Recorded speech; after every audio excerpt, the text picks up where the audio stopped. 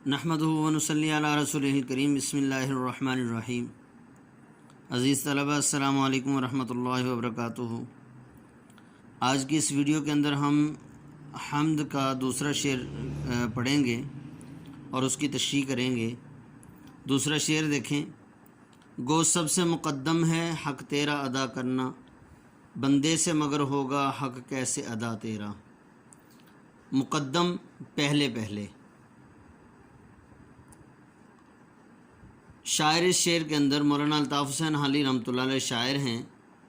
اس شعر کے اندر اللہ جل شانہ کی ربوبیت بھی بیان کر رہے ہیں اور اپنی عاجزی اور کمتری بھی بتا رہے ہیں۔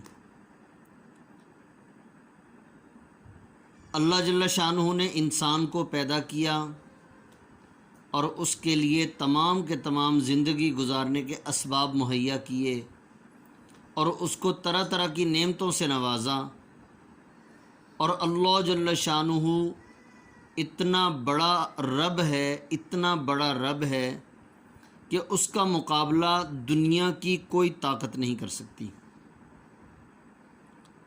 مثال کے طور پر حضرت جبرائیل علیہ السلام کے بارے میں بتایا جاتا ہے کہ حضرت جبرائیل علیہ السلام اتنے بڑے فرشتے ہیں کہ عرش معلیٰ سے اوپر ان کا سر اور تحت الثری یعنی ساتوں زمینوں کے نیچے ان کے پاؤں، اور ان کے 600 پر ہیں۔ اگر ایک پر کو کھولیں تو جس سائیڈ کا وہ پر کھولیں گے اس سائیڈ کی ساری دنیا اس پر کے نیچے آ جائے گی۔ حضرت میکائیل علیہ السلام اللہ جل شانہ نے ان کو بارش کا نظام سونپا ہوا ہے۔ کہتے ہیں کہ وہ اتنے بڑے فرشتے ہیں کہ صرف ان کا سر اتنا بڑا ہے کہ دنیا کے 7 سمندر اگر ان کے سر کے اوپر ڈال دیے جائیں تو ان کے سر کے اوپر سے ایک قطرہ بھی زمین کے اوپر نہیں گرے گا۔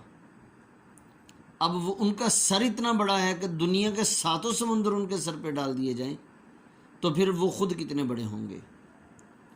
حضرت اسرافیل علیہ السلام انہوں نے باجے کی طرح منہ کے اندر سور رکھا ہوا ہے۔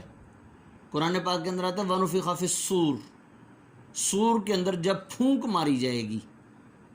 اب انہوں نے باجے کی طرح کا وہ سور ہے، باجے کی شیپ کا، اب وہ اتنا بڑا سور ہے کہ 7 زمین اور 7 آسمان اگر لپیٹ کر اس کے اندر ڈال دیے جائیں تو وہ ان کے اندر 7 زمین 7 آسمان اس سور کے اندر آ جائیں گے۔ اب جس فرشتے نے یعنی حضرت اسرافیل علیہ السلام نے وہ سور پکڑا ہوا ہے وہ خود فرشتہ کتنا بڑا ہوگا۔ اب یہ فرشتے تھے، اب یہ فرشتے اتنے بڑے بڑے ہیں تو ان فرشتوں کو پیدا کرنے والا اللہ کتنا بڑا ہوگا، اس بات کا ہمیں اندازہ کرنا چاہیے۔ تو شاعر کہتا ہے اے اللہ تو اتنا بڑا۔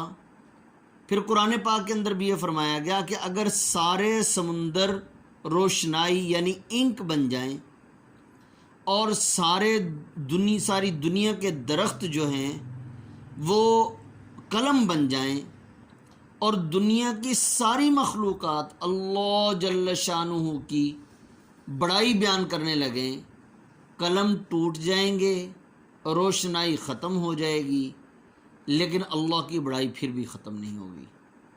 تو شاعر یہ کہتے ہیں اے اللہ تو اتنا بڑا ہے اس لیے تیرا حق ادا کرنا سب سے مقدم ہے۔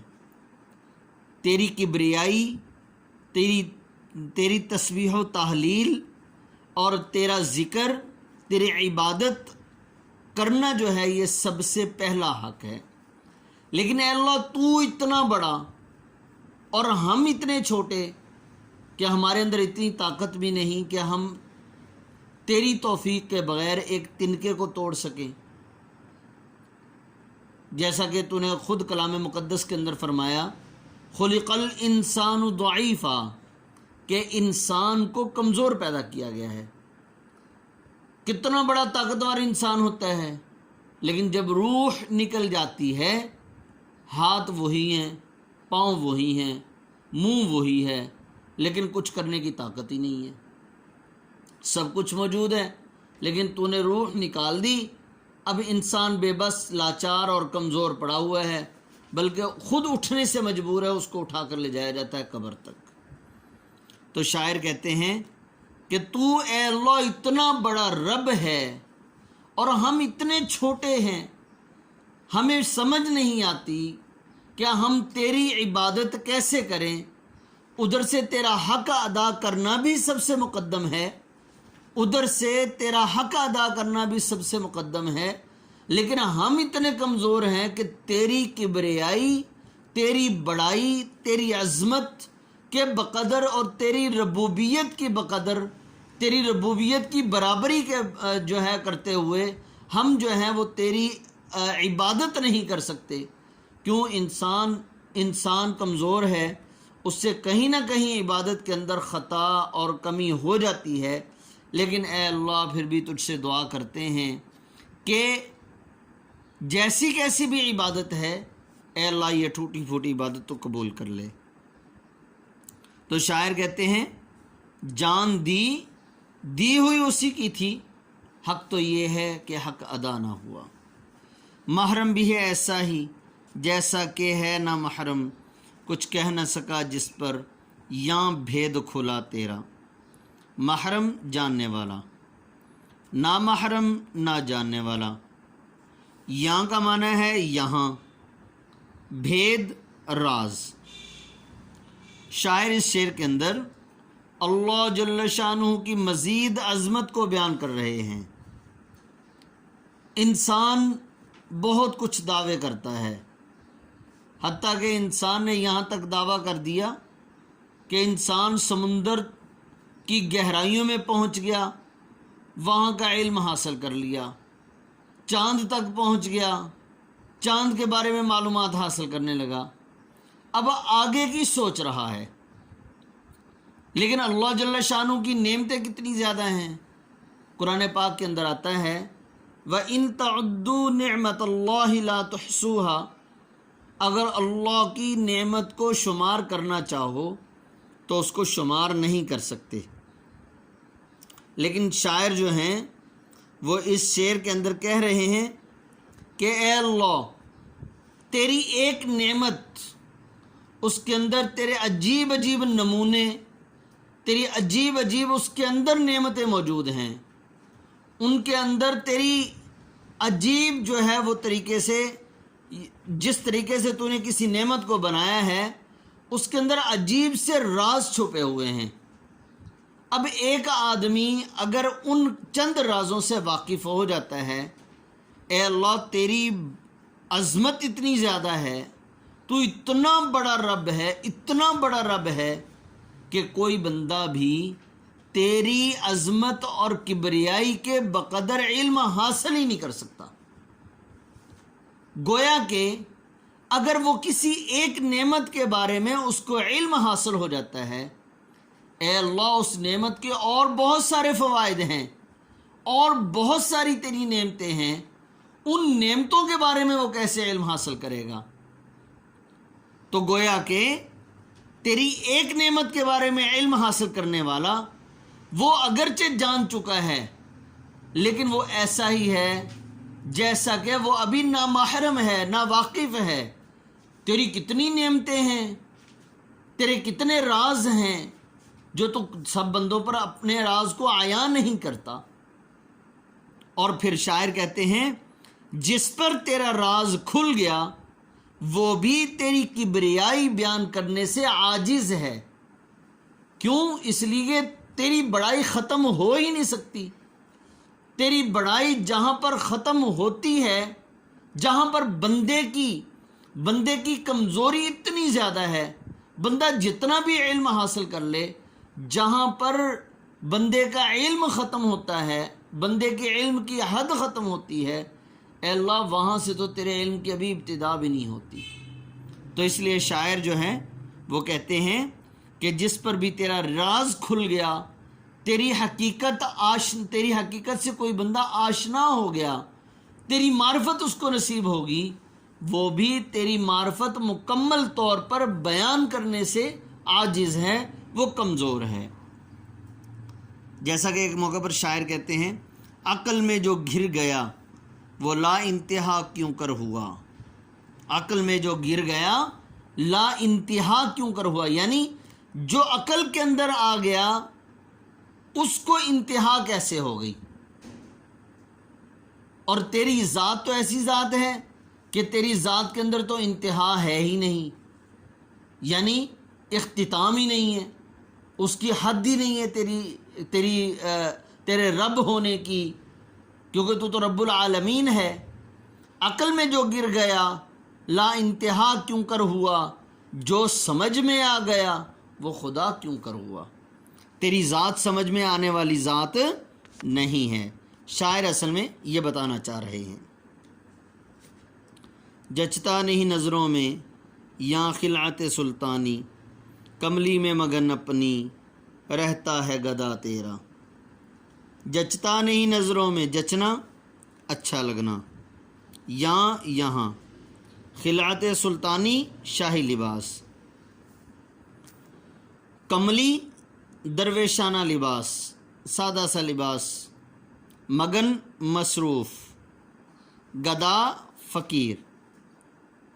شاعر اس شعر کے اندر یہ بیان فرما رہے ہیں مولانا الطاف حسین حالی کہ اے اللہ، جو تیرے در کا گدا بن گیا، فقیر بن گیا، اس کی نظروں میں اس کو شاہی لباس اچھا نہیں لگتا، بلکہ وہ اپنے فقیرانہ لباس کے اندر ہی رہنا پسند کرتا ہے۔ اس کی مثال یوں سمجھیے، حضرت عمر بن خطاب رضی اللہ تعالیٰ عنہ جا رہے ہیں بیت المقدس کو فتح کرنے کے لیے۔ کسی نے کہا پھٹے پرانے کپڑے پہنے ہوئے تھے، کسی نے کہا امیر المومنین آپ بادشاہ وقت ہیں، خلیفہ وقت ہیں، آپ شاہی لباس کیوں نہیں پہن لیتے؟ روب اور دبدبہ کفار کے اوپر آپ کا ہونا چاہیے، تو آپ یہ پھٹا پرانا لباس پہن کر شاہی لباس پہن لیجئے۔